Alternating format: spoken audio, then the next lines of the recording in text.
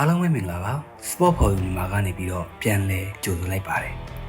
ဒီတစ်ခေါက်တင်ဆက်ပေးတော့မှာကတော့အာရှရဲ့ပထမဆုံး UFC ချန်ပီယံဂျိုရှူအာဗန်အကြောင်းပဲဖြစ်ပါတယ်မြန်မာချင်းလူငယ်လေးဂျိုရှူအာဗန်တယောက်သူ့ရဲ့ American အိမ်မက်ကိုအောင်မြင်စွာမှတ်နိုင်ခဲ့ပါပြီဒီကနေ့လက်ဘေကမြို့တီမိုဘိုင်း area မှာကျင်းပခဲ့တဲ့ UFC 323ရဲ့ Flyweight တန်ချန်ပီယံခပ်လူပွဲမှာပြိုင်ဘက်ဘရာဇီးနိုင်ငံသားပန်တိုဂျာကိုအနိုင်ရရှိခဲ့တာဖြစ်ပါတယ်ဒီနိုင်ပွဲကြောင့်ပဲပန်ကအာရှရဲ့ပထမအဆုံး UFC ချန်ပီယံတူဖြစ်လာခဲ့တာပါဒါအပြင်ပန် UFC သမိုင်းတစ်လျှောက်အသက်ငယ်ဆုံး Flyweight တန်ချန်ပီယံလည်းဖြစ်လာခဲ့ပါပြီအသက်24နှစ်သာရှိသေးတဲ့ဘန်ရဲ့ကမ္ဘာအဆင့်အောင်မြင်မှုဟာ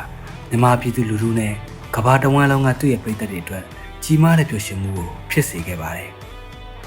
ချန်ပီယံကပတ်ပူပူနွေးနွေးရရှိထားတဲ့ဂျိုရှူအာဗန်တယောက်ရှေ့ဆက်ပြီးတော့ဘာတွေလှုပ်ဆောင်သွားမှလဲဆိုတာစောင့်ကြည့်ရပါဦးမယ်